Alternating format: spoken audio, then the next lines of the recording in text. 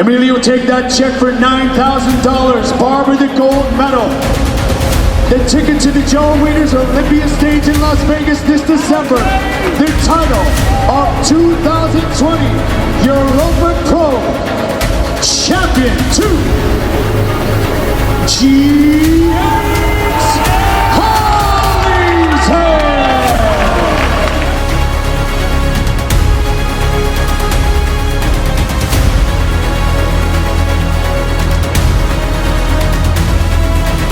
Someone's got to come first, someone's got to come second. Normally what's going to differentiate those placings is who gave up first or who gave it the least, and I really don't want to be the person that gives it the least.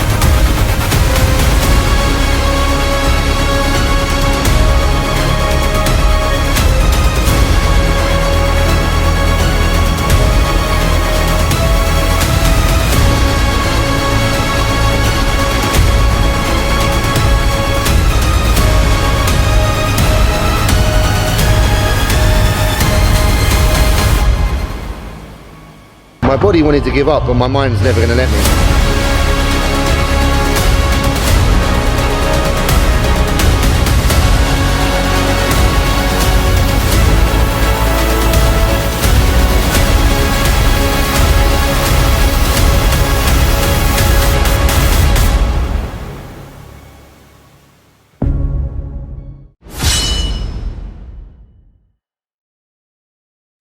Yes, guys, welcome back to Meathead Mentality. It's your host, MungoTheMammoth, and today we have a massive episode. We are here with the Shed himself. This is the biggest guest on my podcast I've ever had. And honestly, I'm super grateful and blessed to be talking to James today. James is an embodiment of bodybuilding. He lives and breathes the sport. Someone who represents what the sport is really about: discipline, consistency, and relentless work. 3 times IFBB Pro winner, an Olympian competitor, and one of the most dominant physiques the UK has ever produced. But more than that, James has built everything the right way. No shortcuts, no bullshit, just full commitment to the process. He's a true inspiration to me, and I'm assuming everyone on this podcast who's watching in, because he shows what it's possible to truly fully dedicate yourself to this lifestyle. So without a doubt, James, you want to introduce yourself to the people?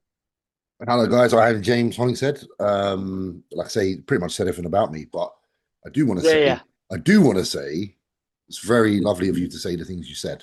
Awesome, man. Honestly, I mean it from the bottom of my heart. Dude, and before we start even any discussion, it's nice to hear the passion in your voice, because you don't see that a lot, and you sound like me when I was younger, and I know where it got me. You know, like not many people out there maybe know what I've managed to do with bodybuilding, because maybe I'm not, you know, the most popular on social media, but through training hard and discipline, I've managed to create a life. I've been able to buy a house. I've been able to win shows. I've been able to get to the Olympia. I've been able to do the Arnold Classic, shake Arnold Schwarzenegger's hand. Like the shit that when I was a kid that I was like, it's not possible, but I'm going to make it happen. And everyone else said you won't. So I love hearing it, mate. It's great. It's honestly, because you're already on the right path because the passion's there. Love that. Thank you so much, James, man. Yeah, guys, me and James were having a little discussion before we started recording about the Arnold. I thought that'd be a nice thing to just quickly just talk about, guys, because obviously the Arnold's just recently. So what was your thoughts on the Arnold, James? Mate, it's funny, isn't it? Because I think most people agree that they've heard a lot of people having negative thoughts towards the Arnold and the Expo. But I had a wonderful time, and I met a lot of people, shook a lot of hands, met a lot of people, signed stuff. You know, like for me personally, I thought it was a really good experience. I think a lot of people that just want freebies were expecting it to be like more freebie grabbing. But I think someone like yourself would have appreciated, because you're there to see people that you want to see, perhaps. Absolutely, yeah. Again, I had really good conversations. I spent quite a lot of time over the 3 days talking to anybody and everybody that wanted to have a picture, whether they knew me or not, because some people are new to bodybuilding and they were like, you look like a big guy, like I'd love to get a picture.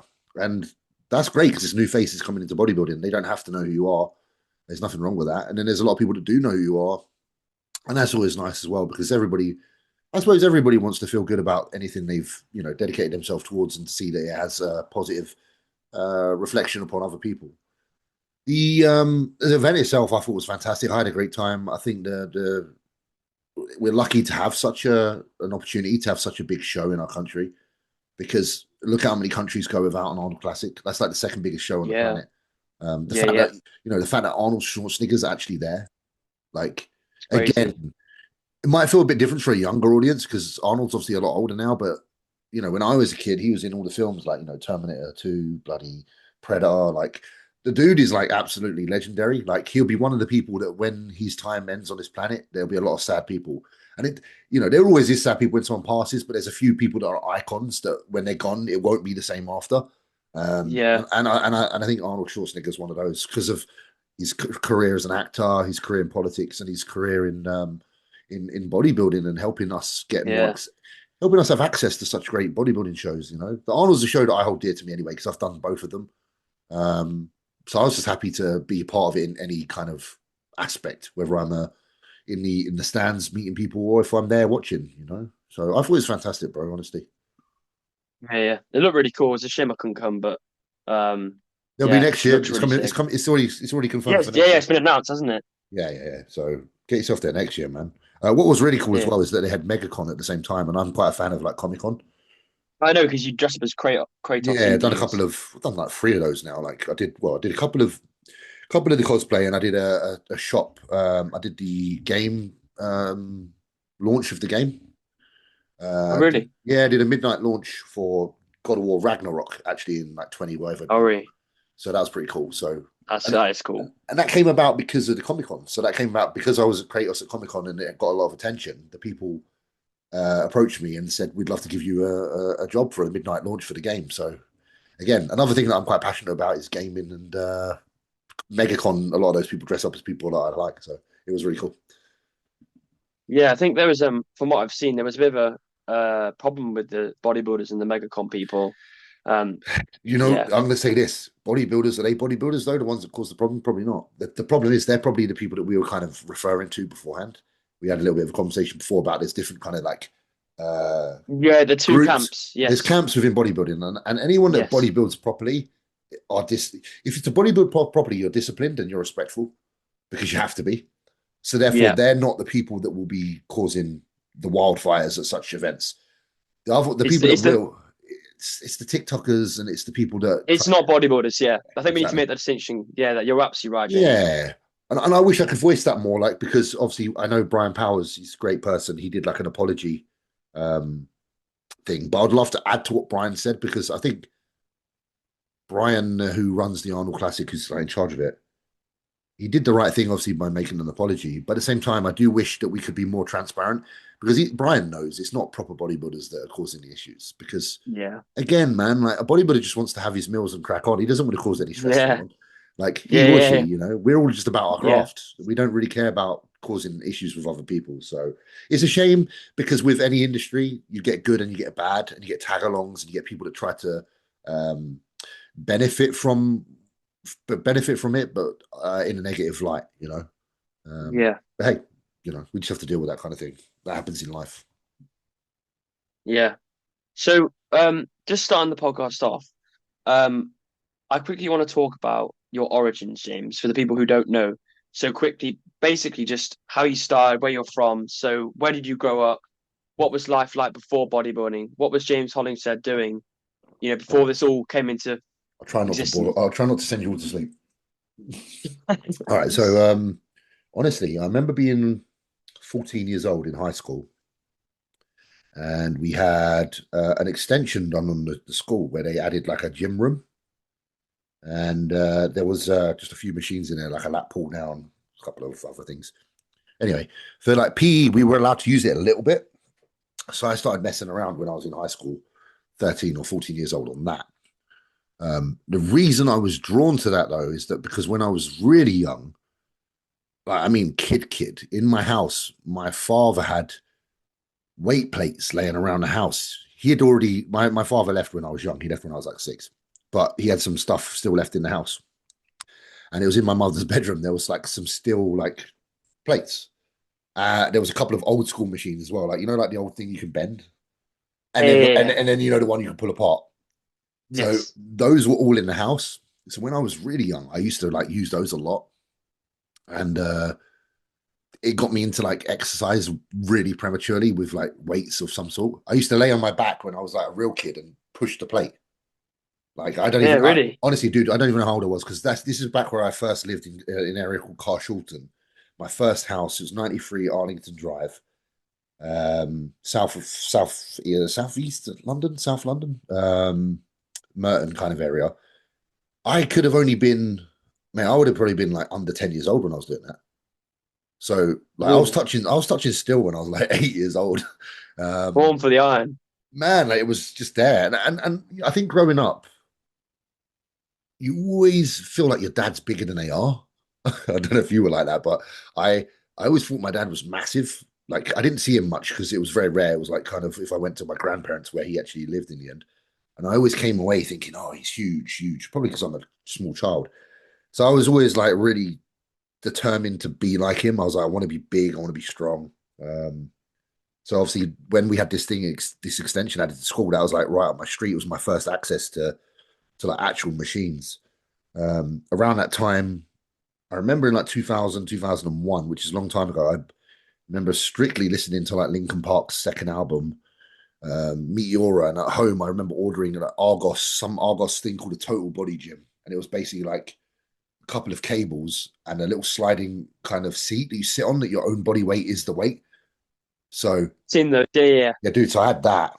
So there was all this lifting of what I could and what I had. I had some Reebok dumbbells, stuff like that. So between the ages of probably 12, 13, 14, there was always something that I was trying to do with lifting.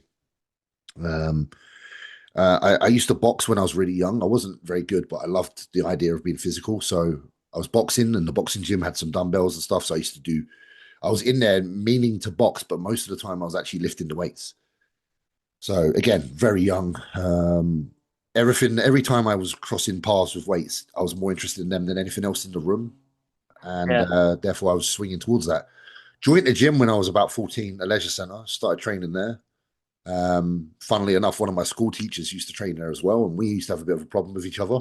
But Oh, after, really? yeah, but after I saw him in there and he saw me in there, we kind of got a bit more respectful. And I was probably only 15 at the time. So yeah, his name was Mr. March. He was my media studies teacher. And I kind of respect him. So I was like, oh, he lifts. So I was like, I'm not going to give him shit anymore because I was horrible at school. I was a bit of an arsehole. So 15, that was that. And then 16 years old was where it all really popped off because I joined a proper gym, a bodybuilding gym called Pink's Gym in the hometown of Carshalton. It was a little like 4,000 square foot gym situated right next to some really nice church and ponds. It was like scenic as hell, owned by a gentleman called Peter Pink. Legend, really, because this gym opened in like 1986 or something, 1982. I can't remember. Really older than me. And I got into it there. I started really lifting there. Didn't know what I was doing for a long time. Just kind of just training to train. Probably overdoing it, not eating. I was not really eating because I couldn't afford to eat, so I was just training. And bodybuilding only come about when a bodybuilder who was about 2 years older than me joined the gym and started training, and that's where it all really started for me. So I won't say no more right now because we can venture down that lane further. But that's the beginning. Obviously, Yeah. a long intertwined relationship with like weights, kind of on and off, and a desire to be like my dad. Yeah. Whether That's knowingly really or interesting. yeah, whether knowingly or unknowingly is a good thing because my dad's not really a great person, but when you're a kid, you look up to them. So it's one of those, you know. Yeah. So do you think, when you obviously went to Pink's gym, first bodybuilding gym, do you think that moment is when it sort of spiraled into bodybuilding? Because I think everyone who watches this, who's a bodybuilder will know it's that moment when it's like it goes from training to like bodybuilding, and it just spirals further and further and further, doesn't it? So for a year or so, it was purely about physicality, like how strong am I? Yeah. I didn't think about it was physicality and enjoying output. It was like a release, like it was a way to Yes. Yeah. Yeah. control my I had to do like when I was in school, I was in anger management basically. Oh, So really? so I was taking out class and I had to sit with another woman to do my work. So the gym was the first time where I felt like all the energy that I had, I was able to put it into something. That's why I used to like boxing as well, because I just needed an outlet physical. Um, and the gym just was that for the first year or so. The bodybuilding didn't really come about because I didn't know what bodybuilding was. because there was no social media or anything. So training was just training. There was nothing more, nothing less. Training. I didn't think about what do we look like. I wasn't really like, oh, what do we look like? It was only when about a year or two into the gym, I think I was 17 actually, and a friend of mine, Luke, he's still one of my best friends now. He came to the gym and he was, like I say, a couple of years older, and he was training for a junior bodybuilding show. And that's when I was like, that's quite interesting. Still wasn't won over by it because I didn't know what bodybuilding was. And I went to a show to watch him in 2006 or 5. And after that show, he's like, you should give it a go. And I was like, well, maybe I fucking will. And that was, so like 2005, 2006 is when I really started. But I already knew like who Dorian Yates was at that point. Like the 2005 and 6, I started getting familiar with who the top bodybuilders were prior and currently, like Ronnie Coleman and people like that. Yeah. But like you said, it spirals. Like it goes from how good you feel to how good you look to what else can I do with this? Like, Yeah. it's kind of crazy, bro. Like, if I could really put into words, if I was articulate enough to be able to word everything and how it happened, it would be an interesting book. I'm just not the best at like memorizing exact how things went and putting it into the best way and the most interesting way. But it was hella fucking interesting. Like, I just remember it just unfolding one day at a time, and just it was such a incredible life. Like, honestly, I said this the other day. Like, obviously now I'm a father, and I'm like, obviously I don't want to be dead tomorrow. Of course I don't. But I know if I was, I've done so much more than I thought I would have done. And it's not to say that I don't want to do more, because we always want to do more. Of course. But I am proud of myself, because I know how many days in those early days there was no one rooting for me but me. Yeah. And that is something that will happen to a lot of people. And unfortunately, a lot of people, when that happens, do give up. And the one thing I would say to them is don't. Like, never, like, you can never let anyone else actually determine how good you could become at anything, because no one fucking knows. Yeah, exactly. Yeah. Honestly, no one knows. And people can really, like, people can be quite spiteful, and they can shut you down, and they can try to make you not believe in yourself. But they can never win if you never actually listen. Yeah. So just don't listen. Like, honestly, I like anyone that's listening to this and wants to be good at something, don't listen to fucking anybody, really. just push through. Fuck them all. Yeah, like, because at the end of the day, the only people that are going to tell you that you can't are the people that are reflecting upon maybe something in their life that they couldn't commit to. And it's not to say they're bad people. It's to say that they're tragic. They're tragic because they are victims of the circumstances in their own life. Yeah, absolutely. They've unfortunately had something that has, I suppose, deflated them and allowed it to. And I even pray for them that they turn around, that one day they find that thing in that flame. Because embracing everybody and embracing each other is the best way to be. You know. And I think in bodybuilding, I think people don't seem to understand we're all doing this because we love training, we love the lifestyle, you know, and to put others down. Yeah, as you said, it's reflective of insecurities and failures on their own part, which they project on other people. And through social media, it's very easy. Sorry to interrupt you, James. No, don't worry. It's because I just react because I'm a bit reactive. So if I hear something you say and it hits me, then I sometimes just dive in. I think there was something you said there that kind of hit me, and I was going to comment on it. It was to do with themselves, but so sometimes people do just want to dislike what people do. Sometimes there is no causation, like no real, reason behind it. Sometimes it's just the human trait. Very true. Yeah, and it's like, because some people do unfortunately feel good about suppression of others. Yeah. And that's sad. That's sad. And they're the people that you really shouldn't listen to, because they've actually got something wrong with them. That's actually like a chemical imbalance that's going on inside their brain. Yeah. Literally. Yeah, for sure. Do you think that mindset of how long do you think you've had that mindset for? Do you think that's sort of like fuck everyone else. I'm going to keep doing this. I'm going to keep going. Do you think that was something you started off with young, or was it something you developed the I more had it. confident you got with the gym? I had it very young. Yeah, I was in school and I was like, I'm not gonna have a 9 to 5. Fuck that. Like yeah, that was like the seed of that kind of thought process. Like even though it's like different, it's the same because it's just my way of thinking. I was just like, I'm gonna bend the world to my will and do what. Like that's how I used to speak to myself. I used to speak to myself like I'm gonna make this fucking world mine. yeah, And I was like, I'm gonna do something good that makes this world better. Like I used to yes, talk myself up like I'm something important, but not in an egotistical way. More so in a way that instills that belief. yeah. And I completely understand what you're saying. sure, Honestly, because if you can instill that belief and make yourself feel important, then you feel like you've got more to.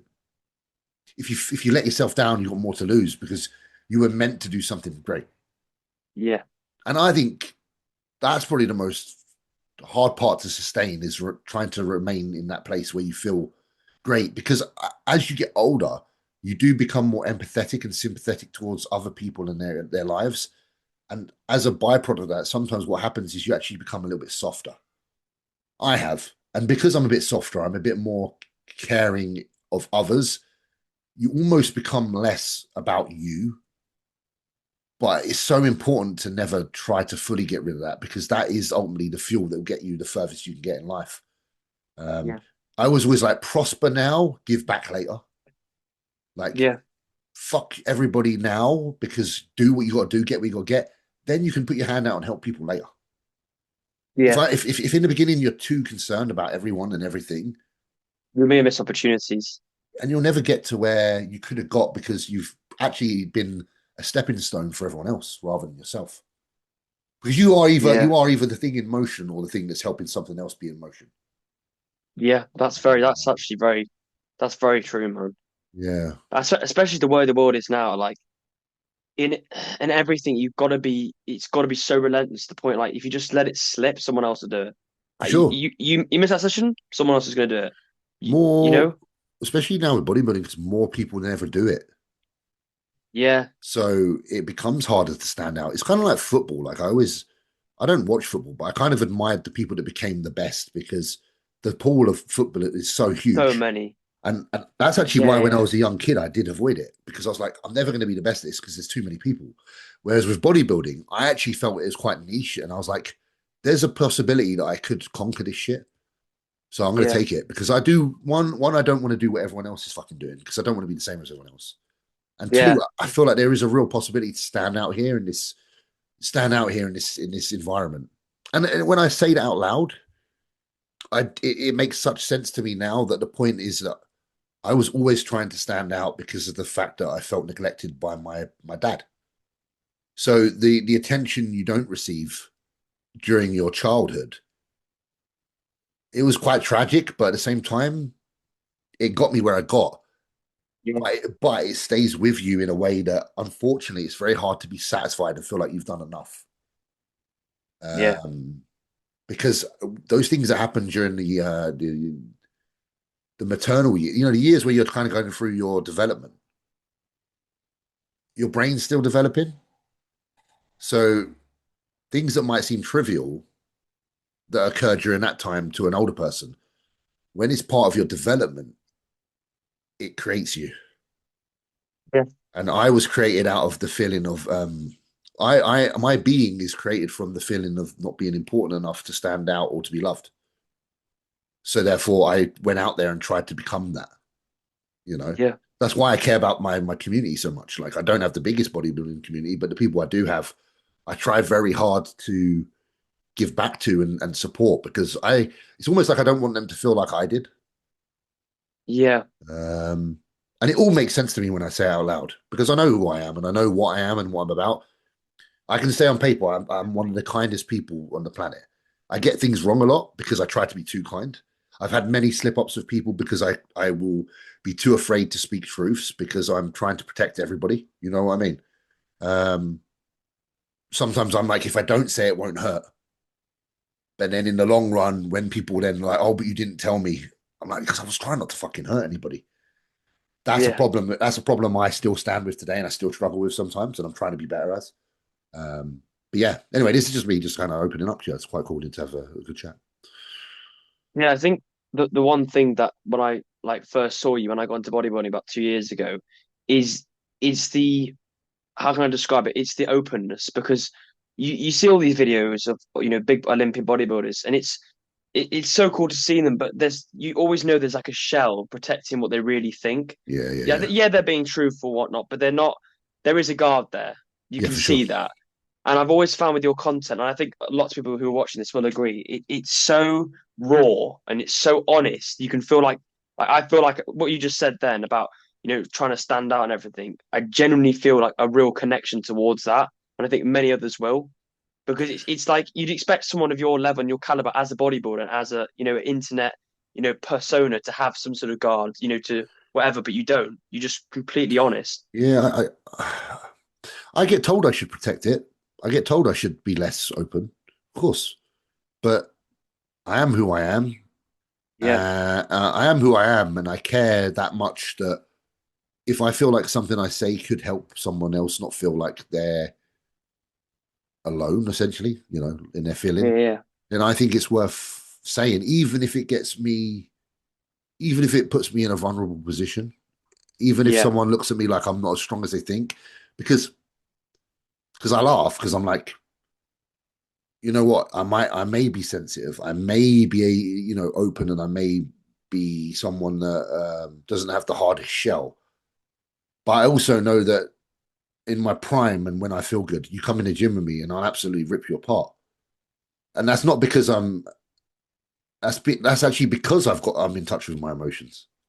Yeah. That's because I embrace all of who I am, and that's because when I need to summon something and I need to muster up something, I've got a shitload to access because I let myself feel everything.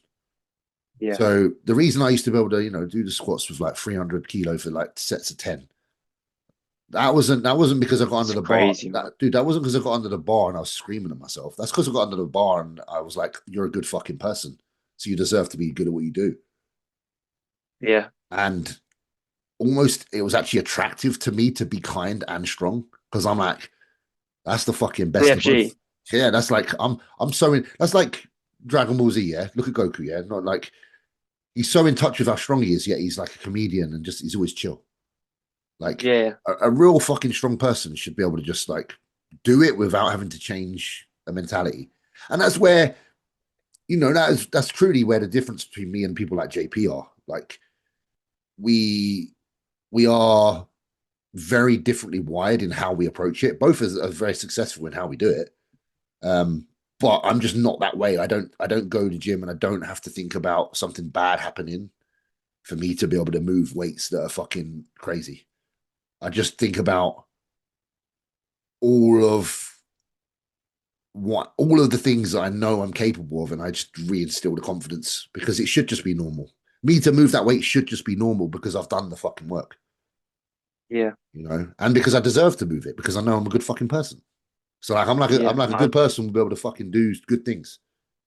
I Um, understand what you're saying. Yeah. yeah, and I'm not got nothing against like the approach that I've mentioned. I use JP as an example, not because we're not mates anymore or anything like that, but because he has done so much for British bodybuilding and he has helped a lot of people become better at it because of the approach. But I'm just saying that there is different ways, and that way never personally was my way. I understand. Yeah. There's something I just wanted to go back on, and I'm just going to try and remember what it was. It was you were talking about how like emotions and everything, and channeling that into training. And I see online, and I know you would have seen this on social media a lot. This sort of cutting that off, like it's just training. It's not that deep. Just get in there, do the job. But like you were saying about channeling that emotion, I think that's so important to taking those sets to really where they need to be for Yeah. yourself. Yeah. I think emotion is really important. Again, just going back like 5 minutes, I just think I'd recommend a lot of people try to also tap into the other emotions they have because we always believe that you have to tap into something like aggressive and actually like negative. Dude, you'll be surprised yourself with what you can bench press if you think about some happy shit. Yeah. Like I like use emotion for sure, because emotion is actually going to untap a lot of strength. But do try to experiment with a few different ones, because the best lifts I've ever done, dude, are the ones where I'm feeling tranquil and peaceful as fuck. Yeah. There was something you said also about being strong and being a nice person. There seems to be this massive sort of stereotype of like, bodybuilders like yourself, like big guys, but just like being really aggressive, nasty, sort of just because they train all the time. But a Yeah, lot of bodybuilders are just really genuinely nice people, and I think people on the outside don't see that because they just think it's all muscle and it's all sort of meat and everything. But it's actually training is actually, for a lot of people, it's very deep. yeah. It's a form of therapy, and that's something I actually want to go on towards after this, is about training being therapy. Yeah, I think we touched on this a little bit earlier as well. Like, Yeah, there has to be a certain level of professionalism with an individual when they're trying to do something good. And bodybuilding takes a lot of focus and a lot of effort. And therefore, you can't misbehave or be a plonker, because you have to respect it. You have to respect how you behave. You're in a dangerous environment, yeah, where if you do something stupid, you're going to fucking hurt people. yeah, So therefore, there has to be a certain level of professionalism, and it has to be, respect has to be there. Like, respect is something that just has to be there, and that carries over into your everyday kind of life. So therefore, you don't really carry around that chip on your shoulder.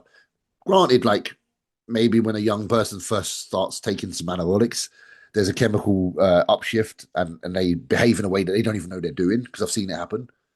But I think even that, like, over time fades, because again, like anything, you climatize to the environment, and you kind of figure out who you are.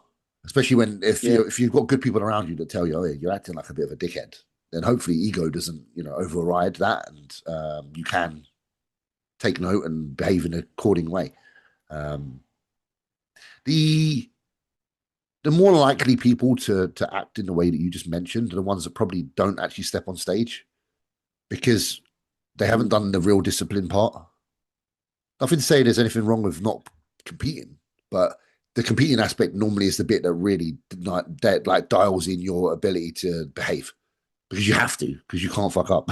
So, if you're always off season, if you're always like just training to train, then you're not as likely to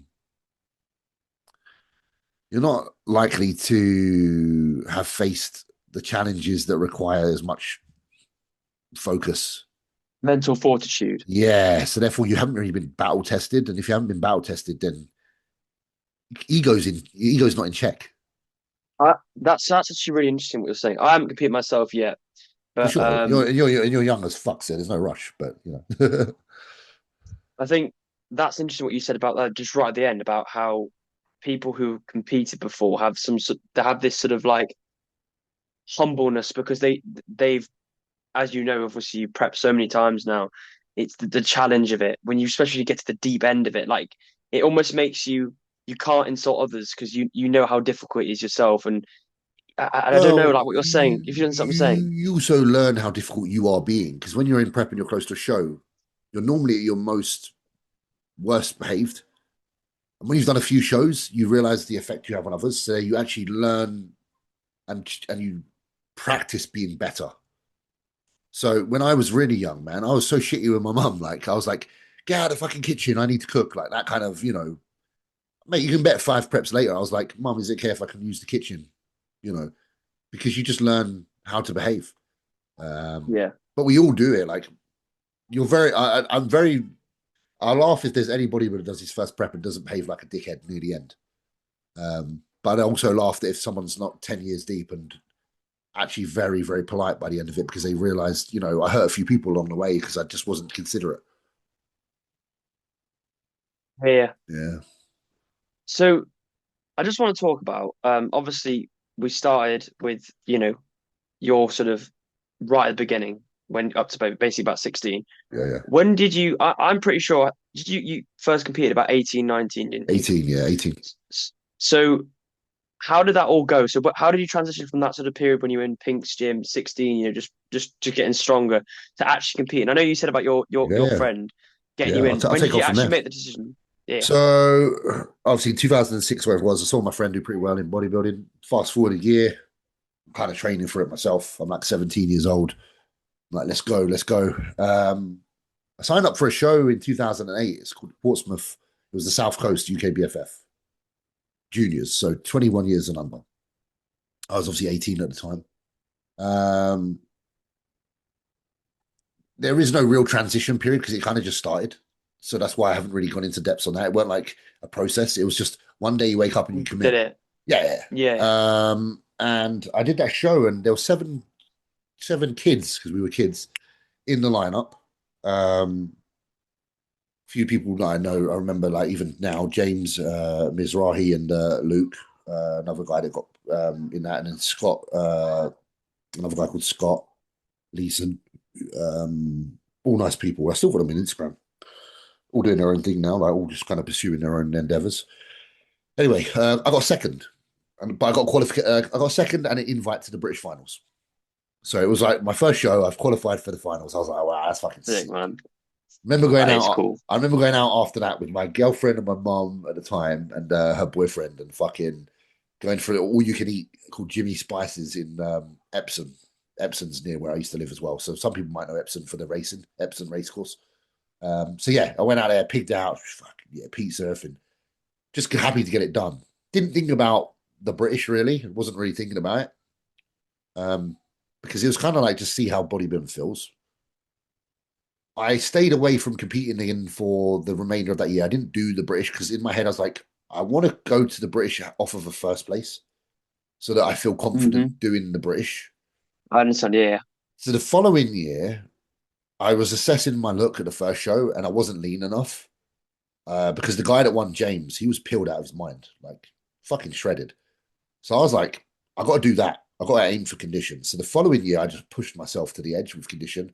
I was doing like hour cardio in the morning, hour walk in the evening.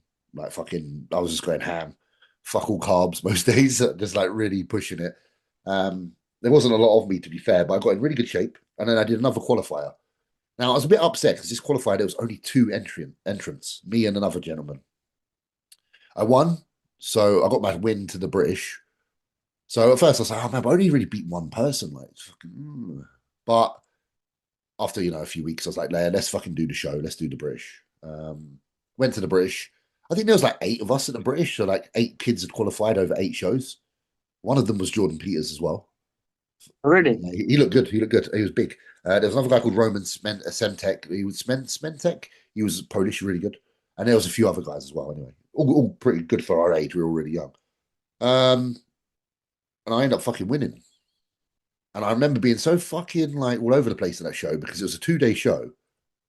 So after day 1, I was like, I know I'm doing well, but I want to win, and I don't know what to do between day 1 and day 2 because I wasn't really coached. I had like help, but I was kind of guessing a lot of the shit. There's a gentleman called Nick Hodgson that kind of helped me a little bit, and he used to help my friend Luke that got me into bodybuilding. But you can only like listen so much. You don't really know what the fuck you're doing. So I remember after day 1, I remember like going out for a walk at like 4 a.m. because I couldn't sleep. And I was just walking around the city of Nottingham, like, I don't know what to fucking do because tomorrow I'm really scared that I'm going to go from doing well to not doing well if I fuck up. But I couldn't sit still. Anyway, did the following day. Just repeated day 1, just tried to do the same again. Got some tips off of a female bodybuilder. I can't remember her name now. She was a pro. Sorry that I can't remember, but I remember she was pretty good. She was like, yeah, all you need to do between day 1 and day 2 is just like some carbs and fats. Like, don't have to think about anything else. So I think I just ate rice cakes with peanut butter on like every few hours. So I just kept doing that. I didn't even have any protein. Didn't fucking do that. And I think my physique just got kind of like drier because I wasn't really drinking. I had a glass of white wine, dehydrate a little bit, all that kind of shit because we used to do that. I did actually have some aldactone. Bless you, mate. You're going to sneeze. I had some aldactone, which is obviously a direct, which is so not necessary for a fucking kid who's like this big. So I was obviously dry. Yeah, came back and then won. Came back and won, man. Roman got second. Jordan got third. I'd argue the boys had more muscle than me, probably. But I had a bit more height, and I think they liked my shape. Yeah. And I think I was relatively decent at posing, I think. But yeah, I got that win. And I got the trophy right here, actually. This is Really? this is a 2009 junior. If I can get the fucking light in the right place. I can see it. Yep. Sponsored by Metrics. That weighs What a trophy, man. Yeah, that looks heavy. it's pretty decent, man. No, I'm not a small guy. It's like pretty big. No, I know. That's big, isn't it? Yeah. Yeah. So that was my trophy from then. That was my first British title. Which Crazy, obviously I man. loved. And the reason I loved that so much is because obviously you know Flex Lewis is, yeah? Of course, yeah. So Flex Lewis, he was junior Mr. Britain many moons before. I think like 2003. I won in 2009. I just wanted to be like Flex. Flex was my hero. And I thought if I win the junior British, then I'm onto a good trajectory because by the time I'd done the British, Flex was already a professional and living in America with a Gaspari contract and basically just representing the whole of the UK in America where no one had done that before apart from Dorian. But Flex was doing it like better than Dorian in the sense because Dorian just stayed here, but Flex was over there and like building this crazy life. And it's really funny to think because if things didn't go how they were, like it's so close that I could have been in America and lived in America. But social media, without going too far ahead, social media actually stopped me going to America because I thought I could do my job from here. Yeah. But yeah, so that's how that fucking beginning bit happened, man. Good times. That's cool. That's cool, man. Yeah. So what would you say the biggest like lesson you learned like with that first prep was? Like carried on with you to your other competitions, other preps you did following that? For a long time, I think what it was I just knew work rate because the first prep I didn't obviously get as lean as I'd like to. So I just realized like that hard work equals result. And for a long time, the more you put in, the more you get out. And that was kind of my philosophy towards bodybuilding. Like, as long as you're the hardest worker, you will fucking do well.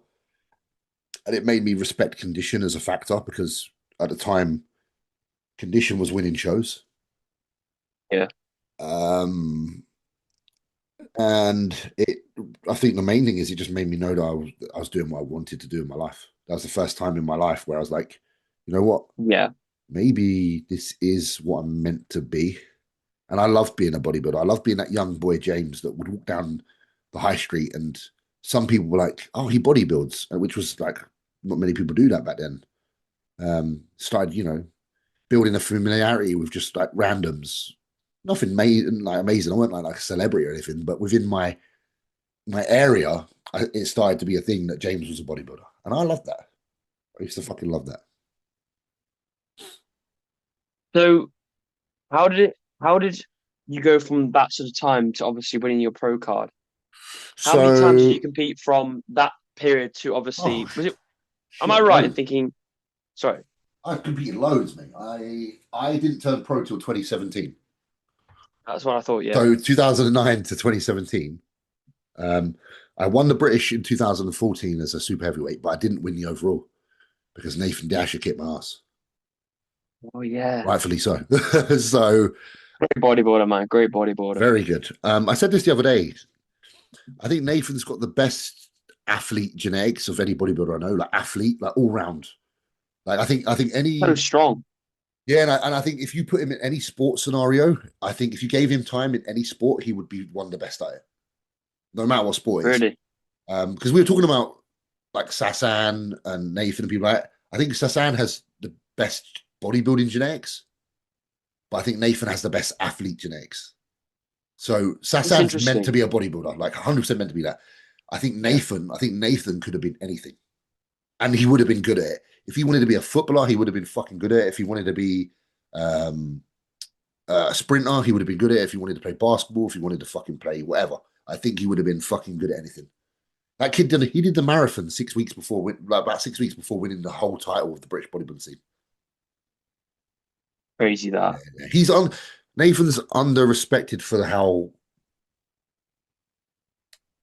incredibly athletic and his ability. The dude's won 12 pro shows, man. I know. Ain't no one else done that in British bodybuilding ever. No, they haven't. Dorian didn't win 12 bodybuilding shows. No. He won 6 Olympias and a Night of the Champions. And there's some Grand Prix, a couple of Grand Prix. So I don't think it's even 12 in total. You've got to be up there with the highest wins, surely. For sure. And listen, I'm not saying he's better than Dorian because there's going to be people that are like, oh my God, you just said he's. No, I just said the amount of the time span of winning 12 shows, that takes, like, that's a long career. Like, if you're winning show 1 to show 12, how well and how consistently good have you been? Like, that's what I'm trying to say. Is just he's a freak. Yeah.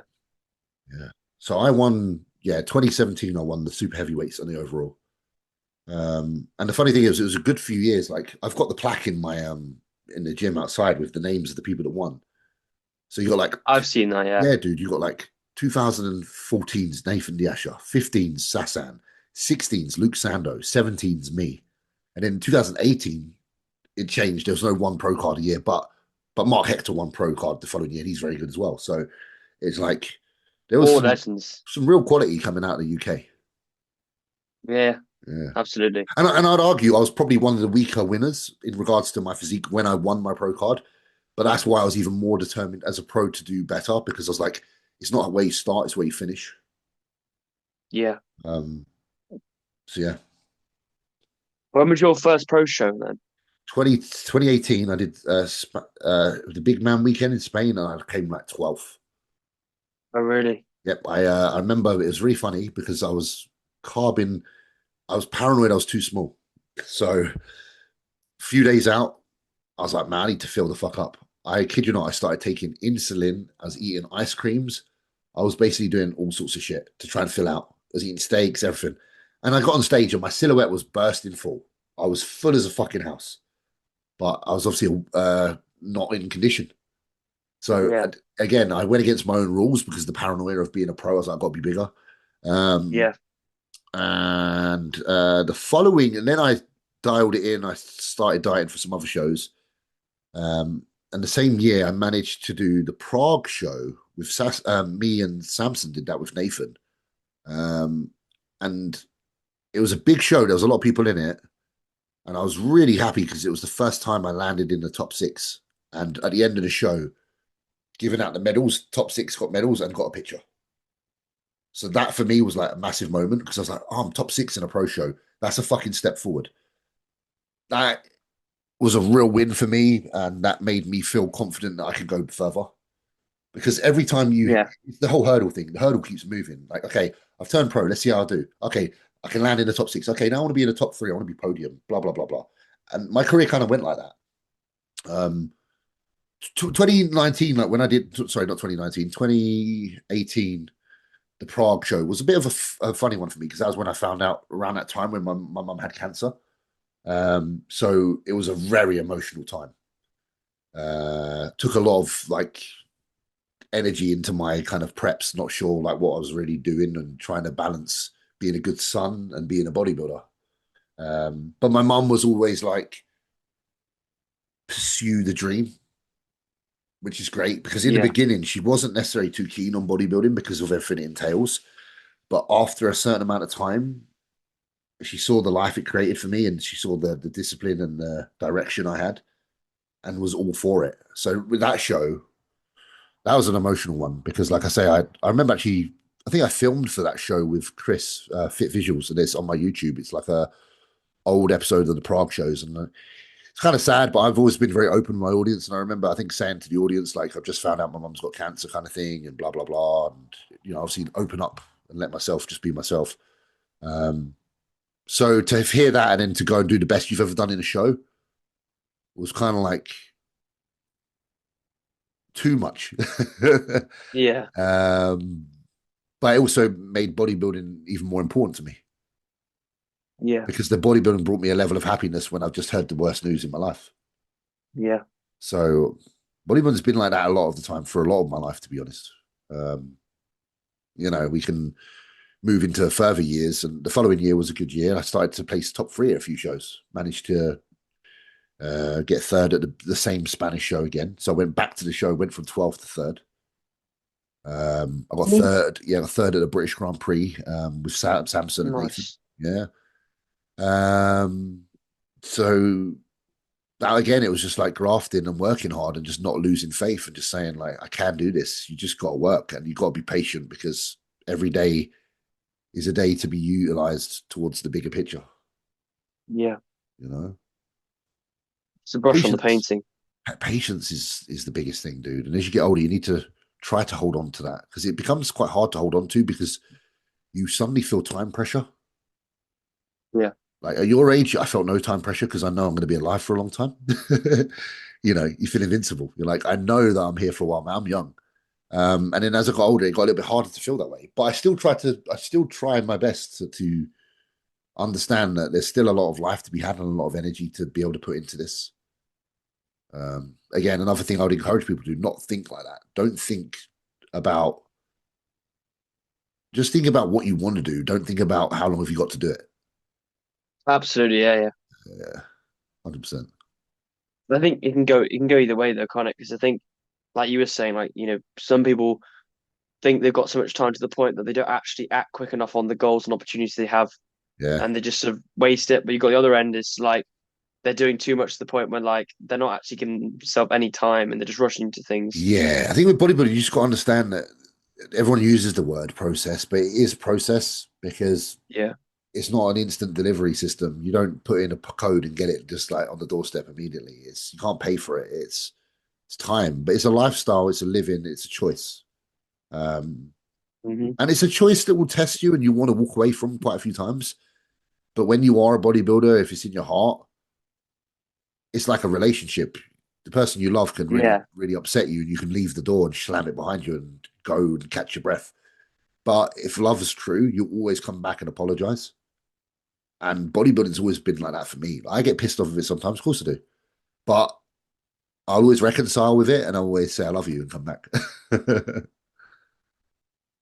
Yeah, it's like I think what you said there. I think when it becomes that, I think it separates it from like just training. It becomes your whole life, doesn't it? It's a magical thing, and we all know we both know what it's like. It's crazy, man. It takes over your whole life. It's like a relationship, like you said. It's to, really special. to be very good at it, it has to be that. Like Yeah. to be to get to the Olympia, it has to be your life. There's no other way around it. Not for me at least. I've had to be it's your life. I've had to say, no, I can't do that. No, I can't go there. No, I can't do this because bodybuilding is my life. And Yeah. it's okay because there's nothing wrong with like trying to be good at one thing. We live in a time where for some reason there's such a emphasis on trying to be like a fucking jack of all, like, like everybody wants to be good at everything. Oh, Yeah. I'm Yeah. really good at like editing videos. I'm really good at fucking bodybuilding. I'm really good at making reels. I'm like, I don't know, just like everyone's trying to spread themselves so fucking thin and be really good at everything. And there are a lot of talented people out there that can multitask and do that. But if you're not that way inclined, if you're someone that just needs to have like a nice asserted focus to keep healthy mentally and physically, fucking do that because I know that I couldn't multitask because I suffer with paralysis. If I'm given more than one thing to kind of appropriate myself to at once, I end up not doing anything. Like I really struggle with that. So Yeah. bodybuilding was always I good for me. understand. Bodybuilding was always Yeah. really good for me because it meant I only had to focus on one thing. Because I'm not someone that can juggle. I can't juggle tasks. I can't do more than one thing. It collapses if that's me. You know? Yeah. I relate with that a lot, actually. Yeah. Yeah. I think it's one of those things, like you said, like there does seem to be this thing, especially on social media, people like they're spreading themselves so thin, so many endeavors that it can almost take away from bodybuilding itself Yeah, because because how you're trying can to do so you, many different things. if you're doing that, like, how can you really love any one thing fully? Yeah. You know, like it's the same again. I use a relationship as an example of this, but imagine you're only giving your like partner 1 hour of your week. Where's that relationship going to go? Not very far. And if you expect your relationship with a focus or something you want to do go far without that same level of commitment, you're basically just walking into a fucking brick wall and you're going to turn around and go the other way because it's not going to let you through. Because Yeah. you got to give it the time it deserves for you to get the most out of it, and Yeah. it takes a lot of time. It's a whole day thing, isn't it? Let's be real. You got to be looking at your clock every few hours. You got to eat a meal. It's time to Yeah. train. You've also got to look after your body. You've got to get physio because you're starting to get beat up. You've got to do cardio because you need cardiovascular fitness and health. You also need an appetite. You know, you need to cook your meals. You need to sleep at the right time and get enough rest. And you need to put yourself in an environment that helps you be productive towards the goal. Can't be putting yourself around people that bring you down. So it's always management. There's management there in all aspects, beyond just oh, you have to do this or do that.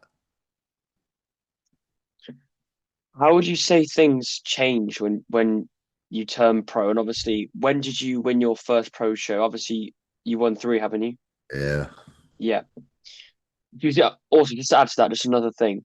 Do you think the problems you had with your mum basically like almost lit a fire in you to achieve more, to go Yeah. further? Dude, unfortunately for me, death has been quite a driving factor. For me, the most energy I've ever had and the most ability that I've ever seen come from myself, and quite a scary amount of ability and resistance to failure, is after Luke died. So Yeah. my mum passed away in 2019 and Luke passed away in 2020. Enough was enough. I was just at a point where I was so full of sadness that I either wallowed in it or I turned it into something positive. Yeah. And I went into every session and I embraced it every time. And I prayed to Luke every time I was in the gym. I said his name out loud. I had dreams about him still communicating with me, telling me I can. And it's weird because I said to him at the beginning of that year, he said to me, he said, "You'll win a pro show this year." And this was in 2020 because we were training together before lockdown. Watched all the videos, man. Yeah, man. It's like, he said you'll win. And I never had any fucking faith in myself. Because when I trained with Luke, honestly, it was more about Luke because I saw his potential. Like, I kind of didn't even think about myself. I was like, if I'm here and it helps Luke, this is great for Luke because Luke's going to go the whole way.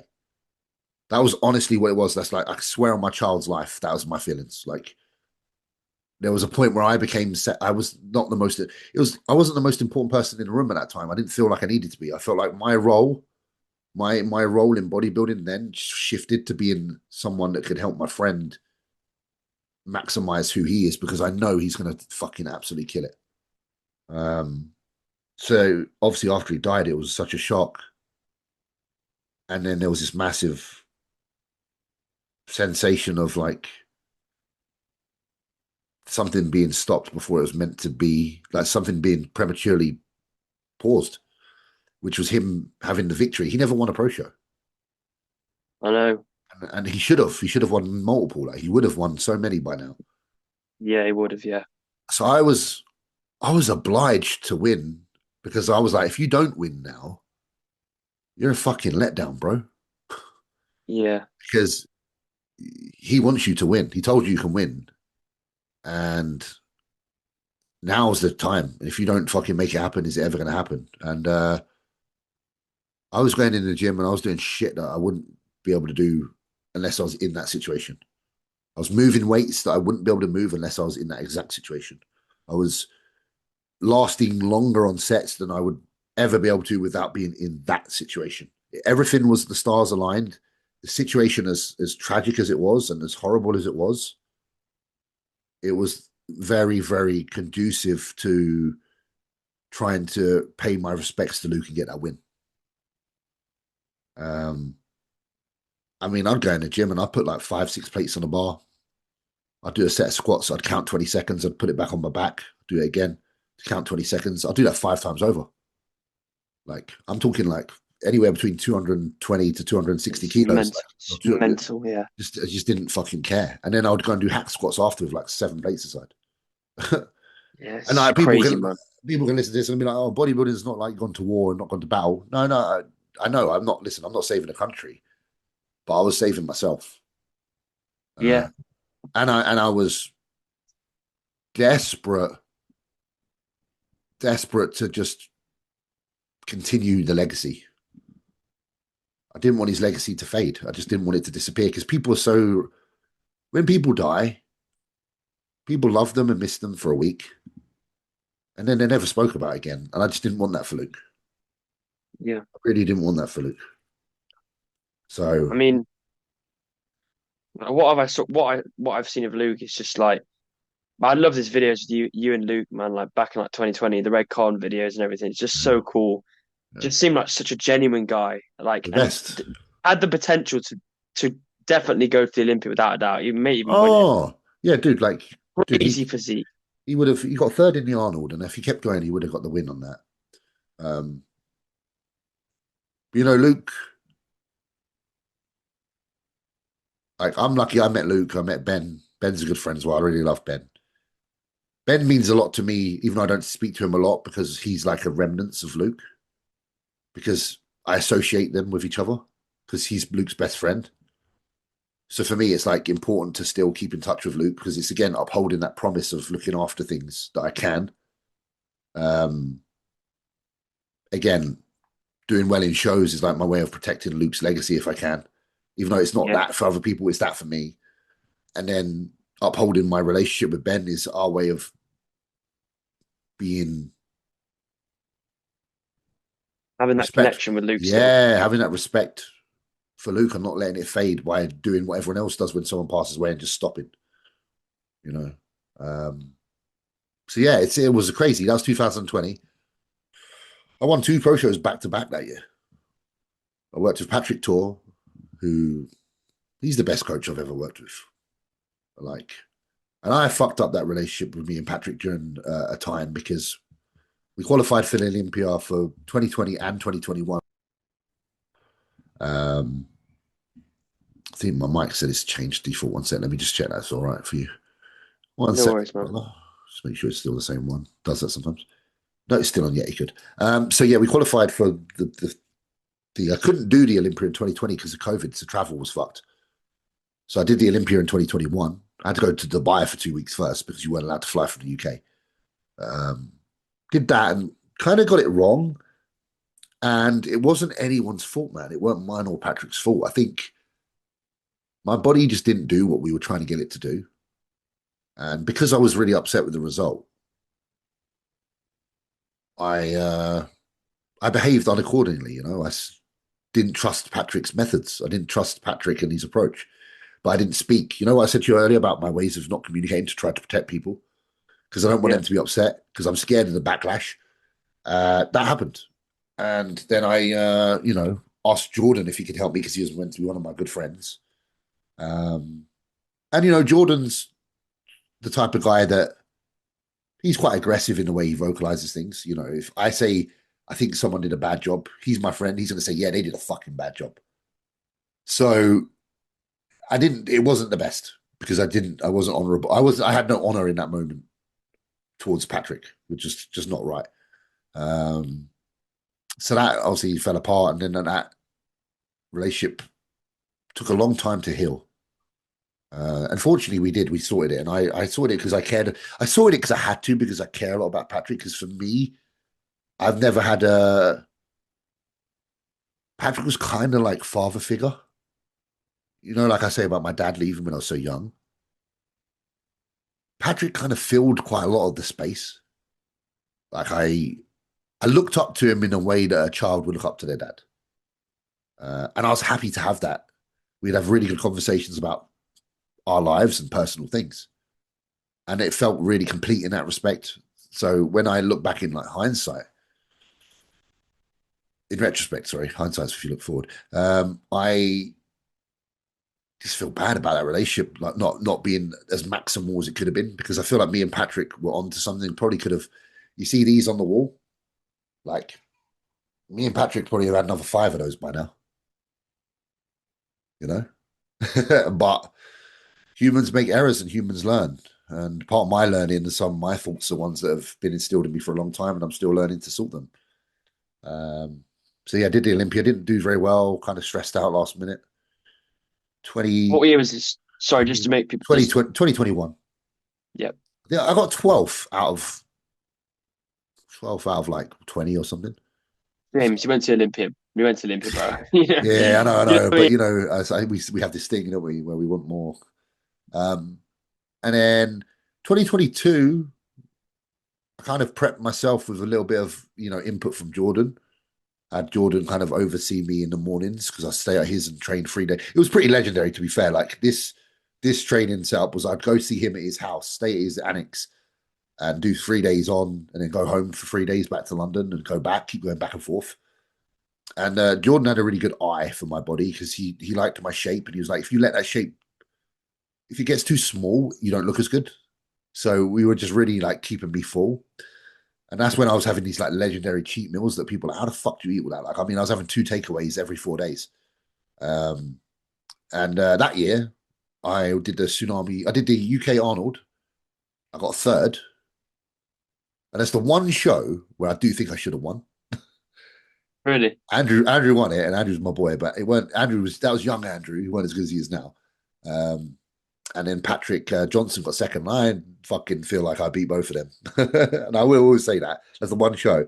But 2 weeks later, 1 week later, there was the Yamamoto show in Italy, and I was with Yamamoto at the time. They really wanted me to do that show, but I don't like doing a show 1 week and 1 week to 1 week. I think you need 2 weeks so you can rest a little bit and go back down.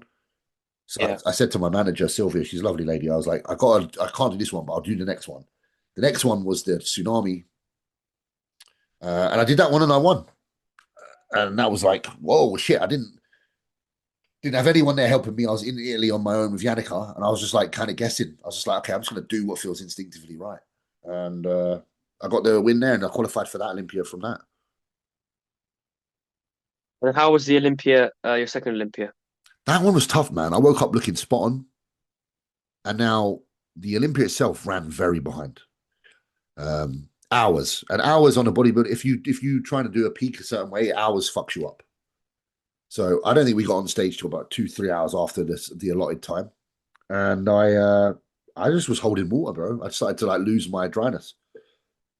I looked big, but I just looked watery, so I didn't place as well. I got 16 out of 32 on that one. I literally was I was 16 because you get 16 and then you get all no places below it. That's called 16, but the points show you. So I was actually 16th. So I did beat a lot of good people. I beat Blessing. I beat Patrick Johnson, Tony O'Burton. Like there was some really fucking good bodybuilders. All serious bodybuilders. Yeah, people that are like killing it now. So it wasn't like terrible, but from the outside in, the critical people, obviously, if you play 16, you get beat by 15 people. Oh, you're shit. You know, when you're not, but it's because it's 15 of the fucking best in the world. It's the Ian Valliers, it's the, the Nick Walkers, guys like that. So that was that. And that was the last time I'd done the Olympia because I then shifted my focus on the Arnold because I've never done one before and it's a big show. So I wanted to do the Arnold. I actually took 2023 off because I had gyno surgery because I had like some mishap with some anabolics. They just caused me to flare up. So I got that done. So I couldn't compete in 2023. So I was adamant to do well in 2024. And luckily in 2024, I got the invite for the Arnold Classic, the US one. First one ever. And I placed in the top 5. And that was like, for me, I remember, yeah. Me, that was a win, bro. Like, fuck. Like, top 5 at an Arnold, second biggest show on the planet. Sick. You look sick. It was a pretty good look. And that again that prep was pretty much me. That was like, I had a little bit of help from Jordan because we were open in the gym. But Jordan was kind of preoccupied with other shit. I was literally doing my prep mostly myself. And it came out all right. It was pretty good. I would have liked to have been 1 or 2 places higher. I was 4th in prejudging. And then in finals, I got knocked down to 5th because I flattened out a little bit. So John De La Rosa got 4th. And Rafa got 3rd. Because Rafa was actually pretty good that year. He looked a bit bigger than normal. Second was Samson. First was Huddy. So again, crazy lineup. And to come away with like an actual medal and top 5 when you're on stage, you actually get to shake Arnold's hand as well. He says, well done. So that was a good Arnold. And then you did 25 on, didn't you? I did, and it didn't go as well. So 20. This is what I was going to say. So I did Arnold again. Pretty much qualified for that Arnold because of the previous year. Because being top 5, they'll bring you back. I worked with Stefan, and Stefan's a lovely person, great coach. But for me, it just didn't work out. Just like my body just didn't fucking. I was a lot smaller than I normally am. I was a lot like less poppy than I normally am. And I went from 5th down to like 8th, and I was really disappointed. And that was kind of where I had a big evaluation. I'm like thinking, what the fuck have I done here? Like, what's the problem here? And only thing like me and Stefan really discussed, because we tried to adjust training when I was going into the show to try and work on focusing a bit more. But after the show, we both agreed. He's like, man, Jay, and this is credit to Stefan here. He's like, I think you need to go back to doing the shit you were doing, like pulling bars off the floor, like because it worked. So Yeah, big love to Stefan because he was the first person to say, you know what, we got something wrong here, and what you used to do works. So let's fucking get back to it. yeah. And then yeah, I've had kind of there's a weird year because I kind of used two different coaches, two people that are friends of mine, Stefan, Chris Tuttle, but just unfortunately the looks just weren't. I wasn't happy with either, and it's you get criticized for like changing coaches and stuff like that. Yeah, I But remember that. That wasn't yeah, because you went to went to Zach. Chris. Yeah, I went to Zach after. So Yeah, yeah. yeah, and I got shit for that. But again, it's I don't dude. know what's going on, man. All I can say, dude, is this is my livelihood, and if I feel like I need someone else in my corner, I get them in my corner because it's the different. Absolutely, It's the yeah, yeah. difference of me. It's the difference of me getting that done or not. Yeah, Um, yeah. and honestly, unless you're in my position where you know what contracts I've managed to obtain, you will not understand the pressure that is on my brain.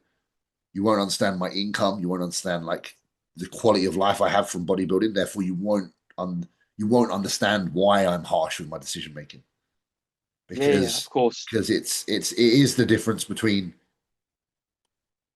is a company going to remain interested in you or not, and where's the bread coming from? You got to do well to get bread, and I was doing well, and then I didn't do as well, and I'm obviously trying to look for answers as to why. Is it effort? Is it the wrong approach? Is it? And when I tally up everything, I make my calls according to how I feel in the process, and if I need to change something, I change it. And if I'm bad for doing that, I'm guilty, but I don't think it's a bad thing. I think it's what you have to do when you're trying to be the best you can be. Nick Walker's done it. Yeah, Everybody's done it. Like everybody yeah, adjusts when they need to. Um, Andrew Jack used to use other coaches and then move to a CO. It's like you just do what you do to try and do the best you can because it's finite. Time's finite in bodybuilding. You don't get forever. absolutely, yeah. I Yeah, mean, like you said, like you got to do what it takes to put the food on the table, yeah, provide for your family, absolutely. you But provide for also yourself. beyond that, to make yourself proud, to put something on Yeah, stage, put something on stage you're proud of. And if you're not proud of what you just put on stage, then you're going to make changes yeah. because you got to please yourself at the end of the day. That's why we all do it because we personally we love it. Go Yeah, do what you yeah. yeah, absolutely, absolutely. So as you were talking about training and everything and going back to the sort of like, ripping the bar off the ground, do you attribute like your phenomenal physique and density through the basics? Because I think you obviously know this, like we were saying right at the beginning before we started recording about a guy saying about hack squats and not going all the way down and everything. What's your opinions on obviously this sort of new wave of training, which is sort of like avoiding the barbell deadlifts, avoiding the squats, and sort of trying to find easier methods and everything? All I can say is, listen, I'm not. When I was considered at my best, that's what I was doing, Yeah, and therefore, how can I not vouch for it? yeah, absolutely, yeah, I got to the Olympia on 3 occasions through pretty much being the guy that lifted how people don't want to lift now. yeah, So that is all I can say. That's my testimony. Like I don't want to say people are wrong now. I but don't want to be that guy because some of them are great and some of them guys have beat me now on stage. But I still think that's partly due to because I tried to make changes. And I think if you give me long enough to get back into what I do, then the role will reverse because I have that belief.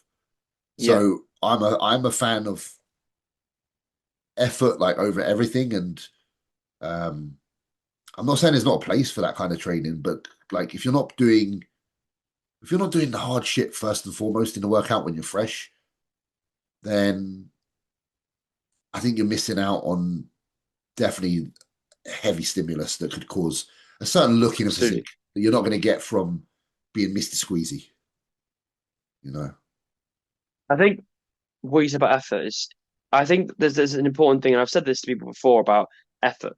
There's a massive difference between how much effort you can apply on a barbell deadlift compared to a single arm lat pull down. You can't put the same effort in a pull down. You can't. It's not possible. You just can't because it doesn't. It's No, not.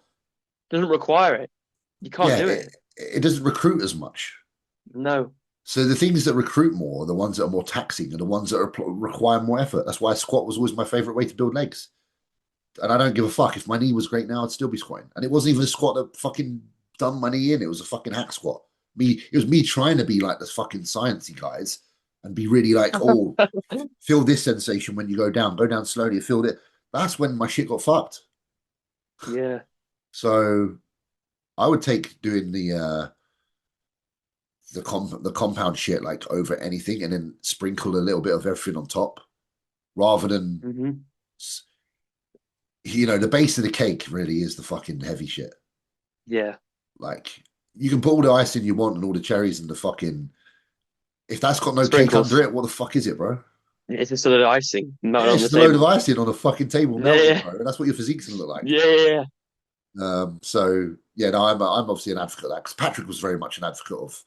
Patrick loved how I trained. Like he was obviously concerned when I got closer to a show. he was like, yeah, like maybe we can like pull off of like doing some of the shit you do, but I think if you've got it in you to do it, it's a shame not to. I think it's tragic, actually. I think it's tragic to not test yourself with some of those exercises that are available to you.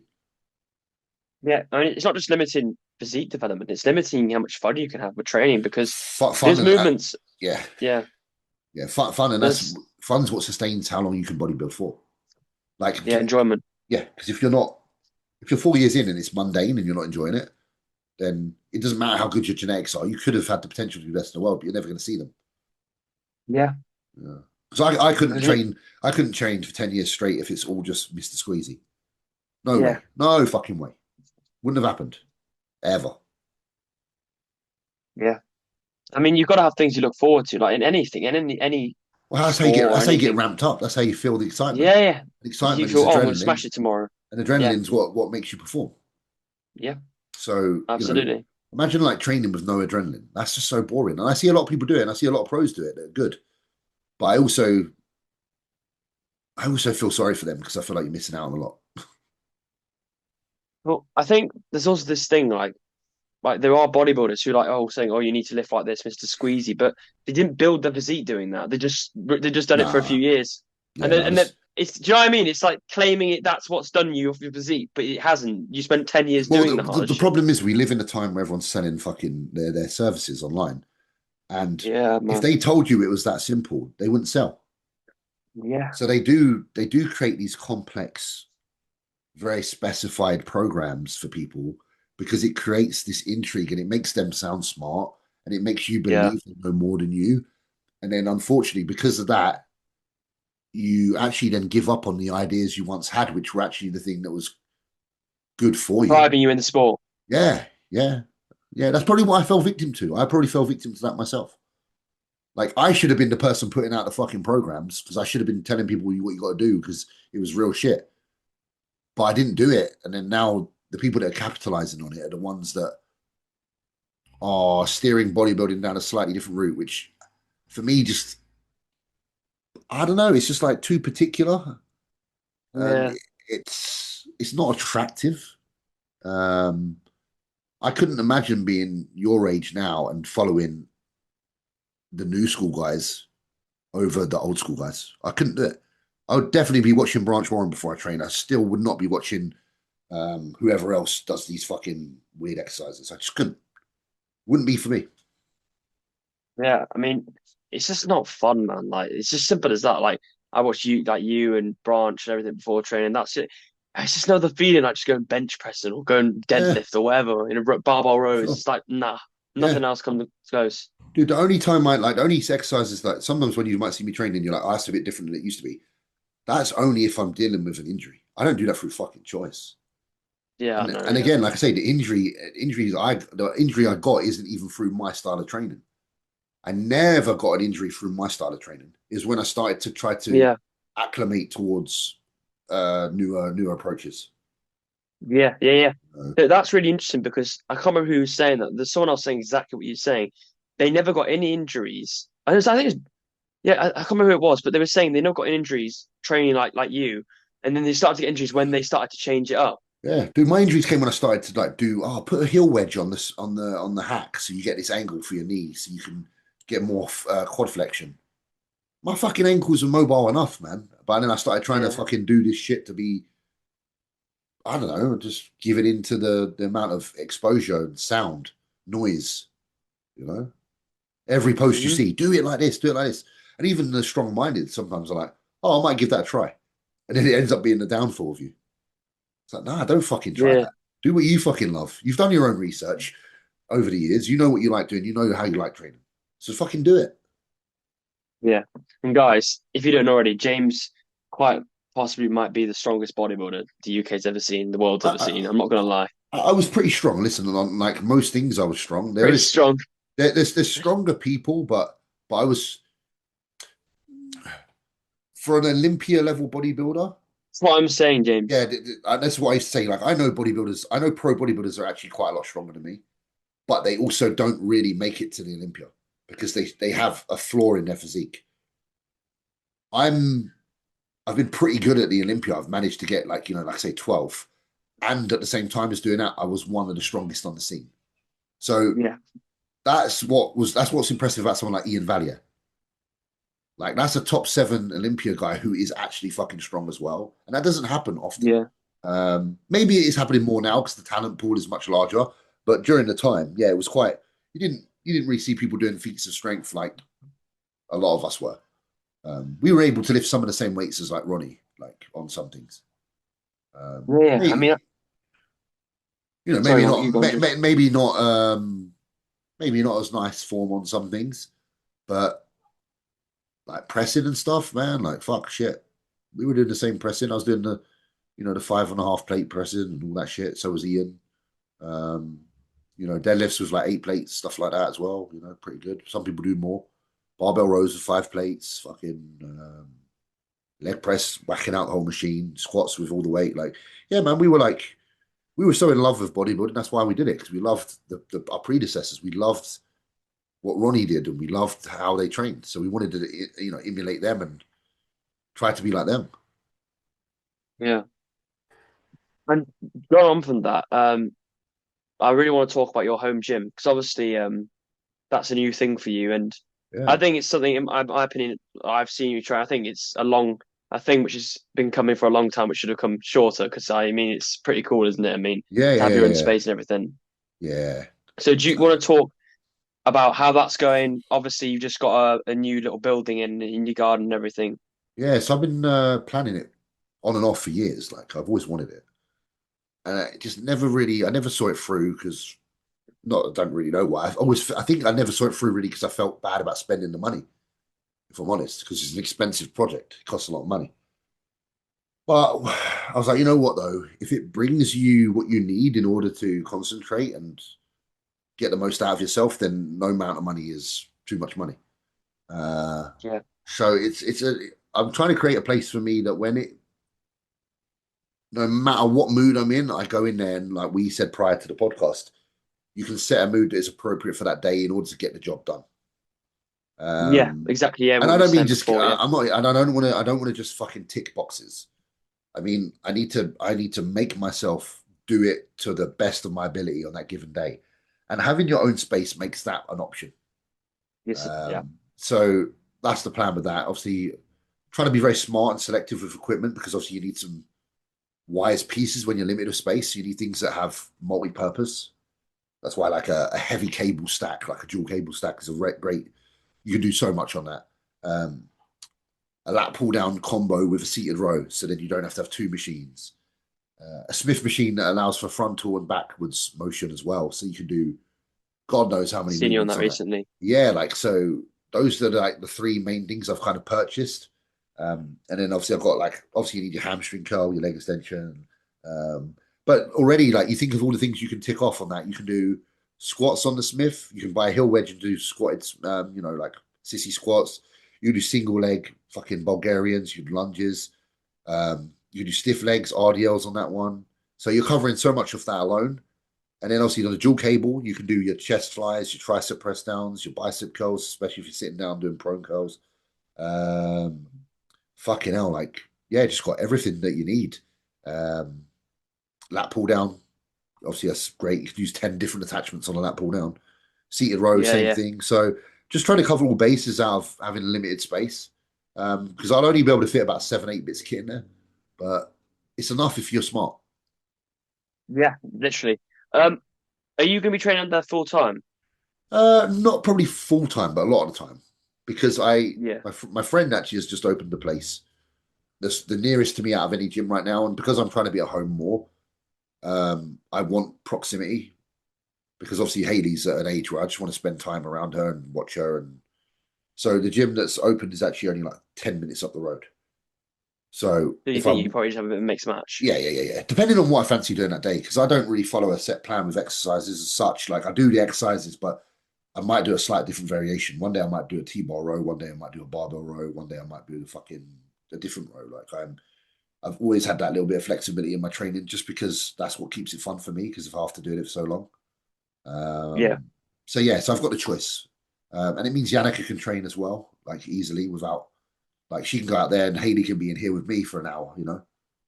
Whereas going to the gym, it's takes longer, it takes more time, and things are harder to do, especially if I've got a lot on to do as well. So what piece of kit are you looking at? It's funny. I was talking to Kuba the other day. Kuba's like telling me about how good his new hack squat is. He's got this hack Oh, squat. I've seen that. It looks Yeah. nice. It looks What's it called? It's the nice. charge something, isn't Yeah, it? yeah, The yeah, yeah, charge yeah. stuff. He's like Jay. Honestly, it's fucking so smooth. So um, I don't know. I've still got a few things that I'm looking at. Like I said, I've picked the main things that I need in order to do what most of the stuff I need. So it's quite nice now because I'm in a position where I can kind of shop around. Um, Obviously, want to get a nice leg extension, one that I like. Ideally, like a middle prong rather than like the regular kind of arm from the side, because I find they just bend and go a bit weird. Like I like it when they got like a middle set. So just got to find one of them because they're not that easy to find. Um, I've got a Life Fitness hamstring curl coming, which is a good one, so that's cool. Yeah, live Uh, fitness Still stuff's good really if you good. get, yeah, like do Life Fitness and a hammer, like the old stuff. Perfect Yeah, for yeah. me. Always used it. Obviously like old Cybex and stuff like that as well. But yeah, so really it's just like right now I was looking for either a leg press. I think a leg press is probably a hip press, or a leg press is something I'm going to go for. Um, and then a good leg extension. And then I don't know really after that, because I don't think I need much more after that, if I'm honest, with what I've already got. Tell you what, James, what's a really good leg press? And I've used a lot of leg presses. It's the strength shot one. I genuinely will say Is that this. actually what you got? Is that the one you got? Yeah. Yeah. I genuinely say this. It is hands down one of the best leg presses I've used. I don't think I've ever And used it. it's so nice, man. It's like it looks a bit like the hammer strength ones, Yeah, yeah, yeah. but the sort of but it's so smooth. And the loading on it, you can get like 800 kilo on it or something. But Fucking what hell. I'm saying, it's so smooth and it's 1.5K. Yeah, as I say, it's not That's probably not even that expensive, like really, in grand it's scheme of really things. good, man. Yeah, And I'll maybe tell you I'll have what, a look.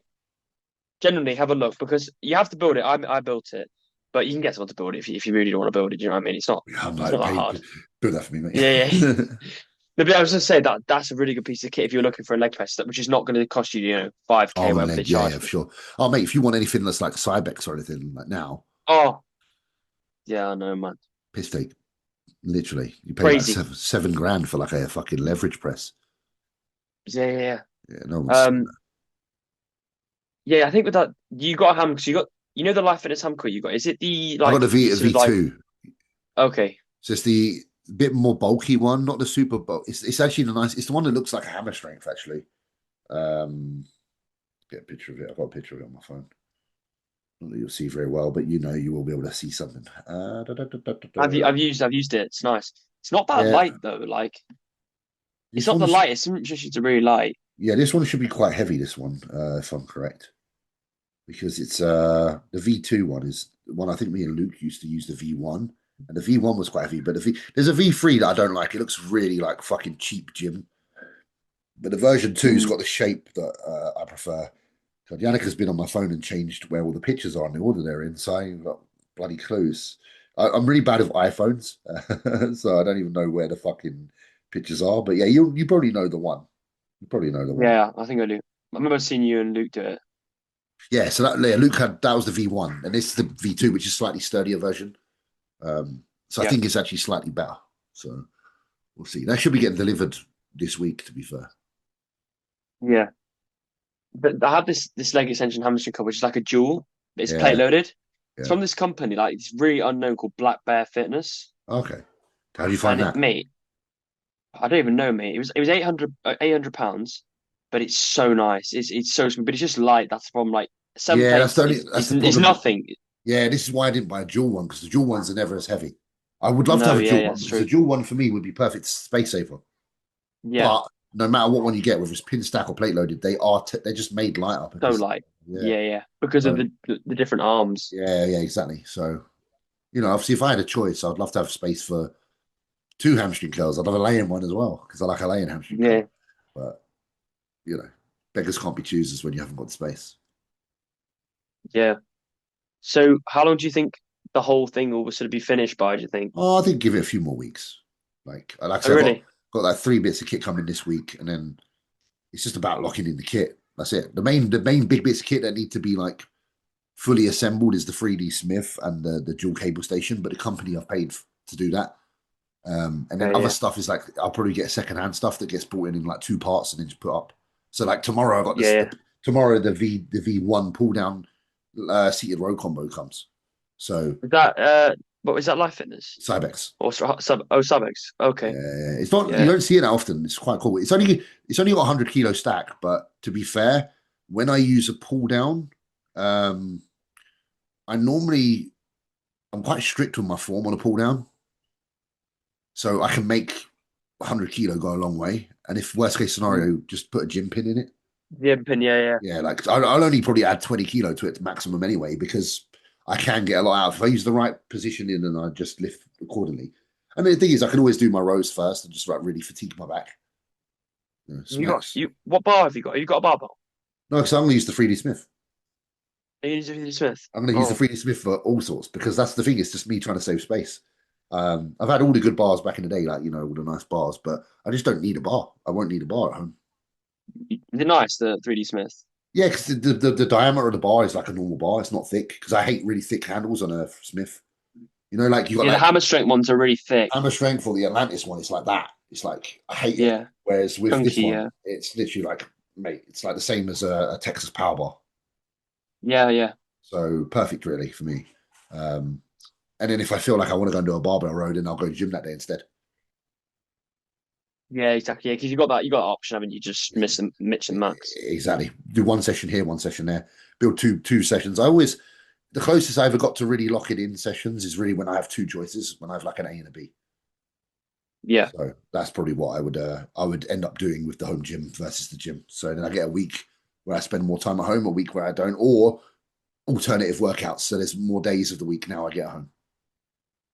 yeah. I understand. Yeah. So this week I'll I'll do tell you. back at home. Next week I'll do chest at home. Yeah, I get you. Yeah. The biggest thing I'd say though is like it's you acclimatize to that environment because I know you used to like train a bit at the sanctuary. Yeah. Yeah. Jay Kojo's. I've seen the videos. Yeah. Yeah. That's sort of like the same sort of vibe as like a home gym, isn't it? Just the Exactly. And quietness and everything. that's why I got on well with Kojo's because it felt like a home gym. That's where I won the tsunami training in there because I just liked being left alone. Locked in. Yeah, just being left alone and doing my thing and just being able to Really good kit. go with like what felt good on the day. And if I say I don't feel good, it doesn't matter. I weren't waiting for anything. I'll just change and do what I wanted to do. Everything was very just in the moment. I'll do Yeah, what feels right today.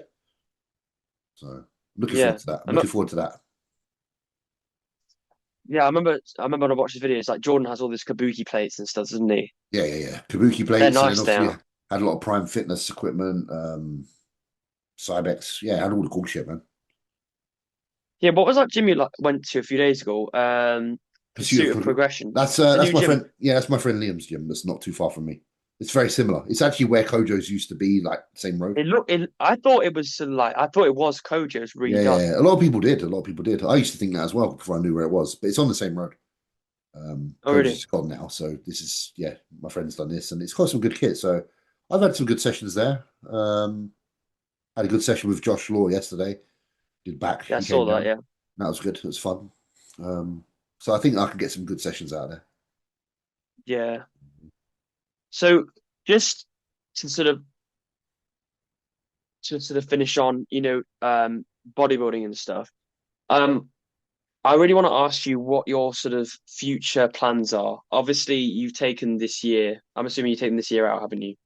I don't know yet. I don't know yet. We'll see. I'm Oh, really? a forever evolving human. I don't really know what I'm doing. Just Oh, doing really? a little bit of a diet at the minute, just to get things how I want to see them, and then we'll just take it from there. Me and Zach always plotting, always plotting. So what's your end goal then? Get back to the Olympian, man, Yeah. and And soak do you, it in, because the previous times I've qualified, I almost treated it like it was a given, and yeah. I didn't really take it in. So I want to get back there and then just take it in, and whatever else happens, happens. But just get another win under my belt, and you know, do what I Keep know. pushing for that goal. Yeah, do what I know I'm capable of. And that's all it is. It's getting relocked back into that kind of mindset where I felt like I drifted for a little while, and being truly myself. Hence doing the home gym, hence doing all this stuff, because I'm trying to build the recipe that I need in order to make that a reality. And then we'll take it from there. Get a few more years with ESN, enjoy being part of the team. And then after that, who knows? Yeah. Just a few more things. One thing I'd like to just ask you about is how important has, having Yannicka and family around you been throughout your time as a bodybuilder, and how important has having that close circle be around you? And also keeps, obviously now you've got your baby girl Haley. How Yeah. how is that affecting your bodybuilding in the future and how it is affecting now? Okay. I'll use the restroom really quickly and then I'll come back and say, oh, it's only there. So No worries, man. hold on to No that. worries, So man. this is the family one, yeah?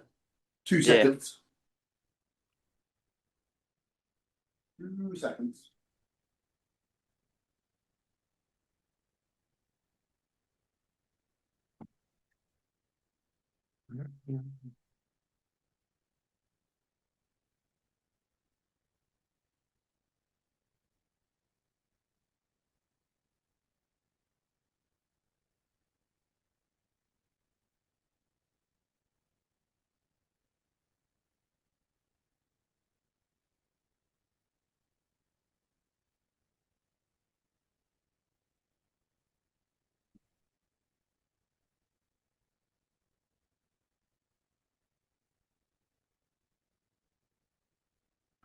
It's warm in here tonight. Oof, It's warm, isn't it? I'm feeling warm as well.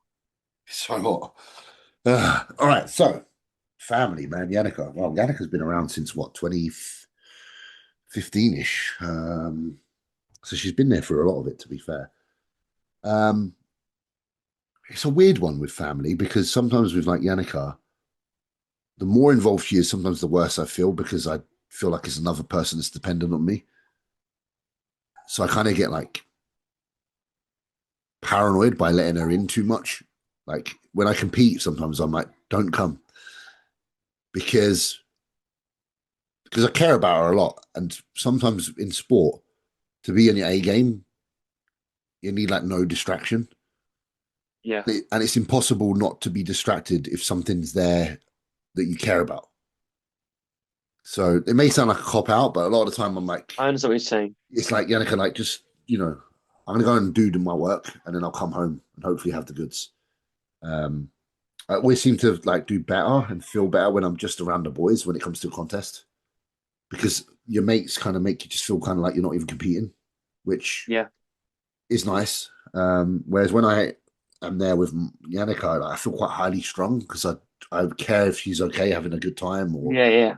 so it does the opposite for me. Obviously I couldn't do this shit without her because, well, I could do this shit without her, but I'll be on my own. And I don't Yeah. really want to be on my own. Like I could bodybuild no matter where I am because it's just who I am. I would always do it. And it is always better to have someone in your life. What Yannicka does for me though is she provides a home and somewhere that I retreat to at the end of every day where I feel safe. And that is important in all of life, not just competing. Because when something doesn't go your way, sometimes you just want to go home and be in your space. Yeah. I have that because of Yannicka, because of all the inputs that we've had together, whether it's financial or just physical, like having a house, like the house we have now, that's ours. Haley now, like Haley coming along, of course, shit, like it's a whole nother level of desire and pressure. Because now I'm like, the tough part is now I want to do better, but the tough part is also now I'm more aware of my needing to look after myself physically and mentally and health wise, because you don't want to be Right. absent for your daughter. And bodybuilding Yeah, requires a lot of a push. lot. Yeah, and I've spent some years where I've disregarded anything in order to be better at bodybuilding because that's kind of what it took. You know, you're like, okay, health, this might not be the best for my health. Huh, oh well, who cares? It's for me. Whereas when you got a daughter, okay, I need to be a little bit more calculative now. I'm gonna have to like evaluate how I do this, and I have to throw a little bit more caution. Um, so it just changes the entire dynamic for me. Might not for everyone, because some people are just like gun ho no matter what. But obviously, I have to consider her. So the choices I make now, always the first thing I think of is like my daughter. Yeah, Now I won my pro card. Yannick was there, so it's not to say that her being there isn't a positive thing. It's more of a something that I need to learn to deal with and be able to manage, is being more calm in the presence of people that I love when I'm competing, rather than feeling like I have to go at it alone. There's this thing like I kind of like going at it alone because it's kind of that old school mentality of going to war. Like I don't need no one around me because I want to be fucking strong and I want to be self capable, and no one else really is doing it. It's just me doing it. It's bodybuilding. It's me. But at the same time, you need that support yeah, when it goes a bit, you know. yeah, and also to like, why let anyone in if you want to feel that way? Yeah, Like if you have let them in, exactly. yeah. Yeah, So if I wanted the things to be that way, then I shouldn't have ever let anyone in. But I have. So now I, as a responsible man and as a person and a partner, then I have to accept that, and I have to try to do the best I can with all aspects. Um, yeah, it's a tough one, man. It's a weird one. Relationships and bodybuilding are kind of like hard because it does affect your relationship a lot, and you do argue a lot about things and decisions. But I would say the longer you're with someone, the longer you've been bodybuilding, the easier it gets because the more understanding of each other you are. So we don't really ever argue about anything bodybuilding based. And she gives me some good advice sometimes. I always ask her opinion. Not that I take her opinion on that much because I'm still this young man without a father who mostly listens to men. And not trying to sound sexist, it's just it's the way that I'm wired. I feel like I'm seeking the approval or the knowledge of someone who's male in my life sometimes, and it's quite hard to find. yeah. Yeah. Just closing on that, James. I just want to ask you one thing. What do you want your legacy to be, and what advice would you give to your younger self? Obviously, reaching the levels you have done now, what would you say to obviously the audience watching this who are younger? And yeah, I think legacy questions, like there's a couple of things that you want. There's what you want in terms of like attributes, like achievements, records. yeah, Like I do want those. They mean a lot to me as well. I care about being good at what I do. So I want to be considered as someone who done well, whatever that entails. But as you know, like one of the most important things is I want people to appreciate me now and when I'm gone, not like dead, but when I'm gone, to be able to say, man, he really helped bodybuilding, and he helped people who liked bodybuilding and loved it. And that's really it. It's just to be able to have an input on people through the actions that we take. You know, I'm not claiming to be fucking Jesus of Nazareth or anything. I'm not saying I fucking touch everybody's lives, but I do care about how I appear to others, and I do care that hopefully that they get a positive takeaway from the things that I do and the things I say. And I think that's a good. I think that's a good answer, man. yeah, that's the honest answer. And what advice would you give to the younger audience watching about not Um, just about bodybuilding, about pursuing your dreams? it's like I said to you earlier, man. You can't listen to anybody apart from the inner voice, Yeah, because belief is it's easy for people to believe in you when you're already showing signs of promise. But there is a point where there is no signs of promise and you have to just believe. So no one believes you in the beginning. So build yourself on that mentality and ignore when people do believe or when they don't believe. It doesn't mean either way, it doesn't matter. The goal stays clear. Yeah, because even if you're like second in the world and you're nearly winning and you're like one of the best, it doesn't matter. You're not the best yet. It doesn't matter if I say you're fucking great and you can win, and it doesn't matter if I say, "Oh, I don't think you'll ever win." Either way, it doesn't matter because it's only what do you want. Yeah. What do you want, and what are you willing to do, and how hard are you willing to work? Yeah. But the other advice I would give as well is consider how you pursue this. Don't rely on others financially. Don't be responsible for yourself. I see a lot of people like leaning very hard on other people to support them, but that's never going to build the fortitude that we've spoke about briefly in this conversation. You need to be strong because there will be times when there's no one around you to help, and that's never going to get exercised or improve if you're always looking for help. Whether it's you wanting sponsors, if you wanting fucking something, don't ask for anything. Earn everything. I've never asked for a sponsor in my life. Yeah. And the first thing that most people, when they message me, James, can you sort me out this link with this person or this person, that person? Can you talk to Gasp? Can you talk to fucking ESN? Can you talk to... That's what most people do with me. They ask me that. Really? Of course. And I'm like, I don't even reply because one,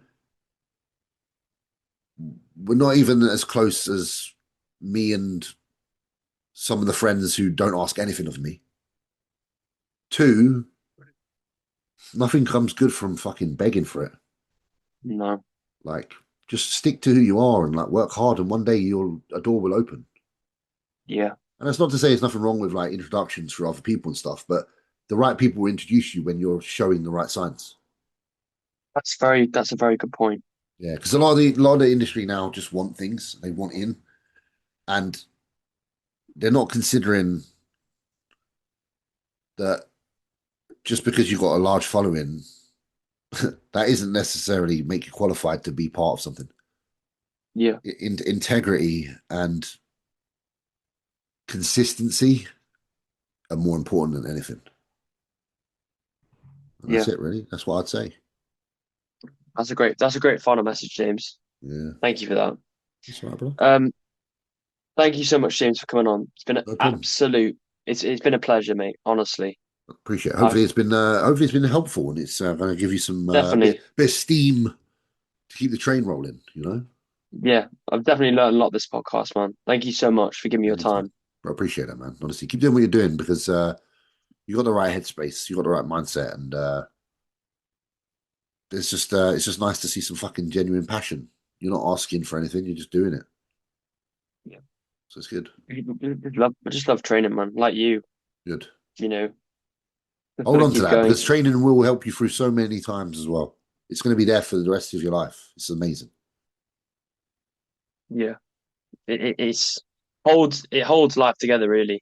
For sure. For sure. Yeah. It absolutely does. It's the foundation of the person you are, you know, and there's nothing wrong with that. If anyone that says, oh, all you do is that, yeah, because I fucking love it. Exactly, man. Once again, thank you so much, James. I hope you guys enjoyed the conversation, me and James, and yeah, thank you again once again, James. Thank you. Yeah, anytime. Make sure you check this out, guys, and you check out other episodes as well. He's got some cool features on here with some other friends of mine, so that's really cool. So go check them out after this one. You've watched 5 of them in a row. And guys, make sure you go and follow James on his Instagram and his YouTube. Go and watch the YouTube videos we talked about because they are sick. Him and Luke back in 2020, they are really good videos to watch, guys. Juggernaut. Nice one, brother. See you later, guys. Thank you for tuning in.